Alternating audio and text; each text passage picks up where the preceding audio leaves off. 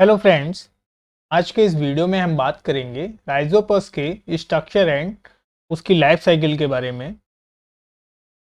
सबसे पहले हम उसके जनरल फीचर को समझ लेते हैं। तो जनरल फीचर में हम देखते हैं कि सबसे पहले उसका क्लासिफिकेशन ले लेते हैं। तो क्लासिफिकेशन में राइजोपस का क्लास है ज़ाइगोमाइसीटीज, ऑर्डर है म्यूकोरेल्स और फैमिली है म्यूकोरेसी और जीनस जो आता है वो है राइजोपस। राइजोपस की लगभग 50 स्पीसीज तक मिलती हैं। ये मल्टी सेलुलर फंजाई है, सैप्रोफिटिक है। सैप्रोफिटिक का मतलब होता है जो कि डेड ऑर्गेनिक मटेरियल्स के ऊपर ग्रो करते हैं, उनको हम सैप्रोफिटिक कहते हैं। वो डेड ऑर्गेनिक मटेरियल्स प्लांट्स हो सकते हैं, एनिमल्स हो सकते हैं। ये ऑर्गेनिक सब्सटेंस जैसे कि वेजिटेबल्स है, जेलीज है, सिरप्स है, लेदर, ब्रेड, पीनट, इन पर भी मिलता है। राइजोपस की कुछ स्पीसीज अपॉर्चुनिस्टिक एजेंट्स होती हैं जो कि ह्यूमन के ऊपर यानी कि इंसानों के ऊपर ज़ाइगोमाइकोसिस जो कि एक फंगल इन्फेक्शन है उसको कॉज करती हैं। ज़ाइगोमाइकोसिस को कहीं कहीं पर म्यूकर माइकोसिस भी दिया हुआ है या फिर इसको ब्लैक फंगस भी कहते हैं। राइजोपस की कुछ स्पीसीज जैसे कि राइजोपस स्टोलोनिफर, ये सॉफ्ट रॉट डिजीज कॉज करती है स्वीट पोटैटो में, और लीक डिजीज कॉज करती है स्ट्रॉबेरी और टोमेटो में। राइजोपस आर्टोकार्पी, जैसे कि नाम से लिखा हुआ है आर्टोकार्पी, तो ये जैक फ्रूट यानी कि आर्टोकार्पस हेट्रोफिलस जो कि कटहल जिसको कहते हैं उसमें ये फ्रूट ड्रॉप डिजीज को कॉज करता है। ऐसे ही राइजोपस एराइजस जो है वो फ्रूट रॉट कॉज करेगा एप्पल में। ये एप्पल का बॉटेनिकल नेम लिखा हुआ है मेलस डोमेस्टिका।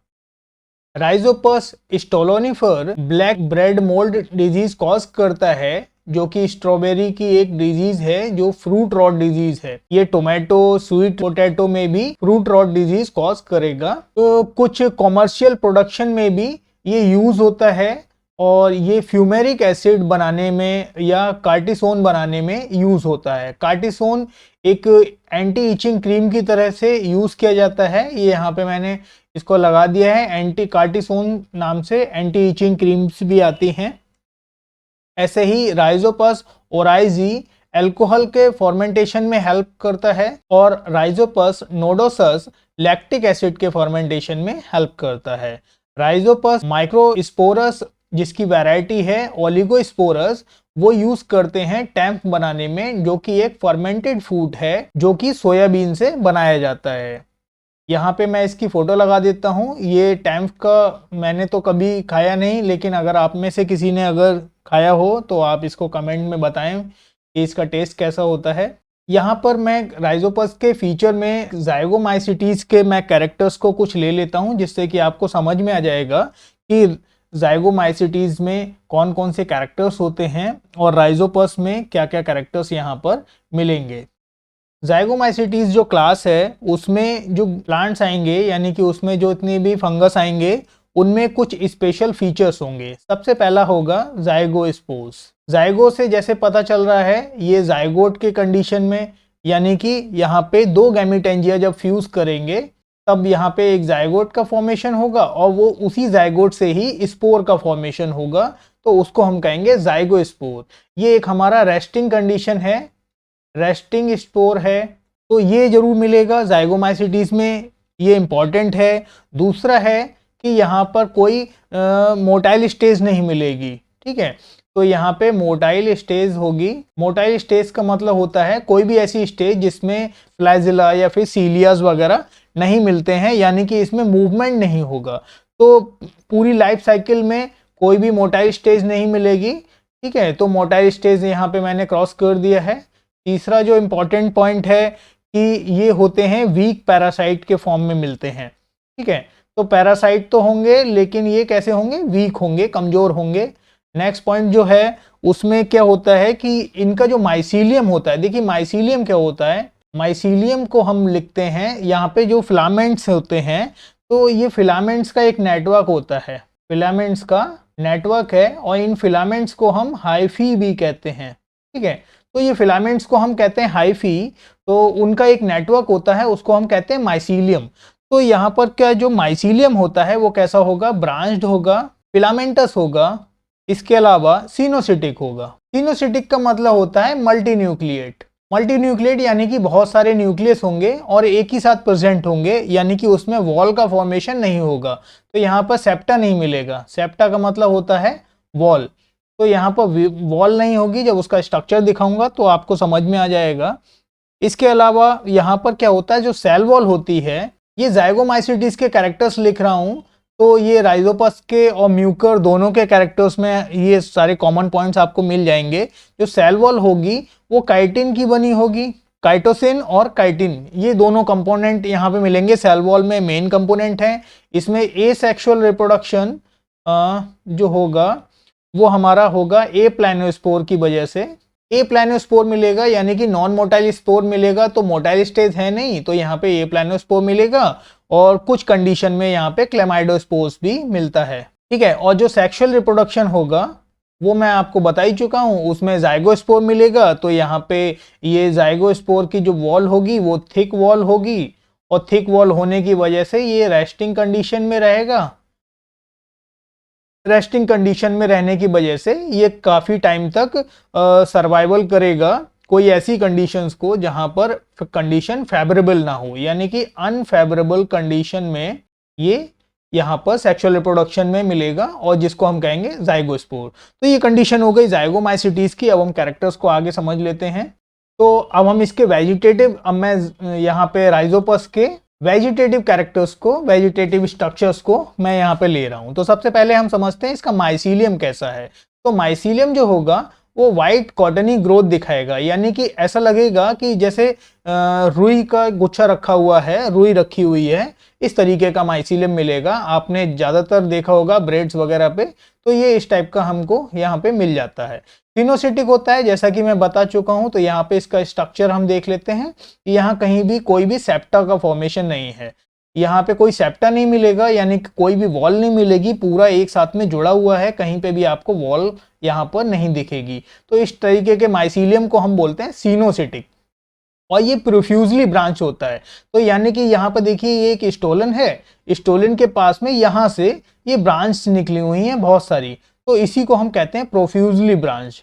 तो यहाँ पे बहुत सारी ब्रांचेस हैं, इन्हीं ब्रांच के ऊपर स्पोरेंजियोफोर्स मिलेंगे। अब हम समझते हैं हाइफी। हाइफी में मैं बता चुका हूँ, इसके फिलामेंट्स को हम हाइफी भी बोलते हैं। तो हाइफी में 3 टाइप्स होते हैं यहाँ पर, मतलब 3 मतलब पार्ट हैं उसके। तो पहला है स्टोलेंस, दूसरा है राइजॉइड, और तीसरा है स्पोरेंजियोफोर्स। तो स्टोलेंस देखते हैं। स्टोलेंस की ग्रोथ कैसी होती है, हॉरिजॉन्टली ग्रोथ होती है। तो सबस्ट्रेटम जो होता है नीचे, मतलब कहीं ना कहीं किसी ना किसी जगह से ये जुड़े हुए होंगे, तो वो सबस्ट्रेटम होगा। सबस्ट्रेटम के ऊपर स्टोलेन मिलता है। स्टोलेन क्या होता है, अलग अलग राइजॉइड्स को कनेक्ट करे हुए रहता है, और यहीं से, जहां से ये राइजॉइड और स्टोलेन आपस में जुड़े रहते हैं, यहीं से हमारी ब्रांचेस मिलती हैं, जिसके ऊपर स्पोरेंजियोफोर्स मिलते हैं। तो स्पोरेंजियोफोर्स ये अपर स्ट्रक्चर है, इनके ऊपर एक हमारे स्पोरेंजिया मिलेंगे, जो कि हमारा रिप्रोडक्टिव स्ट्रक्चर्स होते हैं, ठीक है। रिप्रोडक्शन यानी कि यहाँ से ही कुछ ऐसे स्पोर्स या कुछ और दूसरे कैरेक्टर्स फॉर्मेशन होंगे, जिसकी वजह से ये अपना रिप्रोडक्शन करेंगे। तो ये रिप्रोडक्टिव स्ट्रक्चर्स इसके ऊपर फॉर्मेशन होते हैं, जिसको हम कहते हैं स्पोरेंजियो स्पोर्स, ठीक है। तो नीचे का जो स्ट्रक्चर है वो कैसा है, राइजॉइड इसमें नीचे की तरफ मिलेंगे। तो पहला हो गया राइजॉइड, स्टोलेन एंड स्पोरेंजियोस्पोर्स, ठीक है। तो ये तीनों समझ में आ गए। राइजॉइड का जो काम होता है वो क्या करता है, वाटर को एब्जॉर्ब करेगा और न्यूट्रिशन को एब्जॉर्ब करेगा, किससे, किसी ना किसी सबस्ट्रेटम से जहां से वो जुड़ा हुआ है, ठीक है। तो ये सारा मेरे हिसाब से क्लियर हो गया वेजिटेटिव स्ट्रक्चर इसका पूरा। नेक्स्ट हम समझते हैं फंगल हाइफी। तो फंगल का जो हाइफी है, जो फिलामेंट्स है, वो कैसा है, ट्यूब्यूलर है। जैसा कि यहाँ पे हम देख सकते हैं, ये एक ट्यूब के फॉर्मेशन में होता है। यहाँ पर क्या है, ये किनारे की तरफ ये हमारे यहाँ पे बीच में एक सेंट्रल वैक्यूल मिलेगी, और बाहर की तरफ ये साइटोप्लाज्म मिलेगा, और इसी में बहुत सारे न्यूक्लियस प्रेजेंट होंगे। तो बहुत सारे न्यूक्लियस जब ऐसे एक साथ में प्रेजेंट होते हैं, तो इसी को हम कहते हैं सिनोसिटिक कंडीशन। जो वॉल होगी वो माइक्रोफाइबुलर होगी, और काइटिन और काइटोसिन की बनी होगी। काइटिन का यहाँ पे स्ट्रक्चर है, और काइटोसिन का भी स्ट्रक्चर यहाँ पे मैंने दिया हुआ है। ये आप इसको देख सकते हैं, अगर बनाना चाहें तो बना सकते हैं, वैसे कोई ज़रूरत नहीं है। जो दूसरे कंपोनेंट होंगे वो होंगे पॉलीसैकेराइड, उसमें गैलेक्टोज, ग्लूकोसामाइन भी प्रेजेंट होगा, प्रोटीन्स होंगे, प्यूरिन्स होंगे, लिपिड्स, मैग्नीशियम, कैल्शियम, ये हमारे कंपोनेंट्स होंगे जो सेल वॉल में प्रेजेंट होंगे। लेकिन बेसिक कंपोनेंट जो होगा वो काइटिन और काइटोसिन मिलेगा। इसकी जो प्रोटोप्लास्ट होगा यानी कि जो लिविंग मटेरियल होगा उसमें बहुत सारे न्यूक्लियस प्रेजेंट होंगे, ठीक है। ग्रैन्युलर होगा, राइबोसोम प्रेजेंट होगा, mitochondria, endoplasmic reticulum, vacuole, oil droplets present होंगे और ग्लाइकोजन की बॉडीज भी प्रेजेंट होंगी। जो पुराने हाइफी होंगे यानी कि पुराने फिलामेंट्स होंगे उसमें वैक्यूल्स जो होंगी वो बड़ी होंगी, यंग वाले में वैक्यूल्स बहुत छोटी छोटी होती हैं। और जो न्यूक्लियस होते हैं, जितने भी न्यूक्लियस होंगे सभी इर्रेगुलर होंगे यानी कि सभी देखने में एक जैसे नहीं होंगे, तो कुछ ना कुछ उनमें थोड़ा थोड़ा वेरिएशंस दिखाई देगा। तो ये हो गया। अब इसका हम रिप्रोडक्शन समझ लेते हैं। तो रिप्रोडक्शन बेसिकली 3 टाइप का यहाँ पर देखने को मिलता है, वेजिटेटिव, एसेक्सुअल और सेक्सुअल टाइप का रिप्रोडक्शन मिलेगा। वेजिटेटिव रिप्रोडक्शन फ्रेगमेंटेशन के थ्रू मिलेगा। इसमें क्या होता है, जैसे ये फिलामेंट है तो ये कई पार्ट्स में ऐसे ब्रेक हो गया, तो ये यहाँ पे हर एक पार्ट जैसे 1 2 3 ये अलग अलग पार्ट में, ये तीनों अलग अलग पार्ट्स अलग अलग हमारा फंगल हाइफी को फॉर्म करेगा, अलग अलग यहाँ से हमारे हाइफीज का फॉर्मेशन होगा। एसेक्सुअल रिप्रोडक्शन में क्या होता है कि वहां पे जो स्पोरेंजिया बनते हैं, स्पोरेंजिया में ए प्लानोस्पोर्स बनेंगे यानी कि नॉन मोटाइल। ए प्लानो का मतलब non motile, non motile spores हैं। वो कैरेक्टर्स में भी मैं आपको जाइगोमाइसिटीज के बता चुका हूं कि जितने भी स्पोर्स बनेंगे कोई भी मोटाइल स्टेज नहीं मिलेगी जाइगोमाइसिटीज में, ये जाइगोमाइसिटीज का कैरेक्टर्स होता है। इसके अलावा कुछ क्लेमाइडो स्पोर्स भी बनते हैं। क्लेमाइडो स्पोर्स भी रेस्टिंग स्पोर्स हैं। क्लेमाइडो का मतलब होता है वॉल, जो बाहर की एक वॉल होती है। जब स्पोर्स क्या होगा, एक थिक वॉल से प्रोटेक्टेड रहेगा। देखिए वॉल का काम क्या होता है, एक प्रोटेक्शन होता है।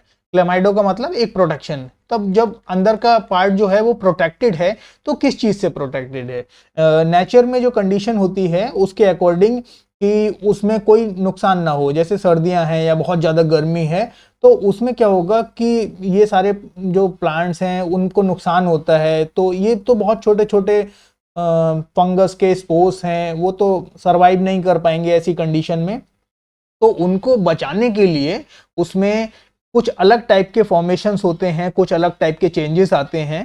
तो यहाँ पर क्लेमाइडो स्पोर्स का फॉर्मेशन होता है जो कि वो रेस्टिंग स्पोर्स की तरह काम करेगा और उस पीरियड को यानी कि उस अनफेवरेबल कंडीशंस को वो सरवाइव करेगा, और सरवाइव के बाद में जब फेवरेबल कंडीशन आएगी तब वो वहां से ग्रो करके हमारा नॉर्मल नए माइसीलियम को, नए प्लांट्स को फॉर्मेशन करेगा।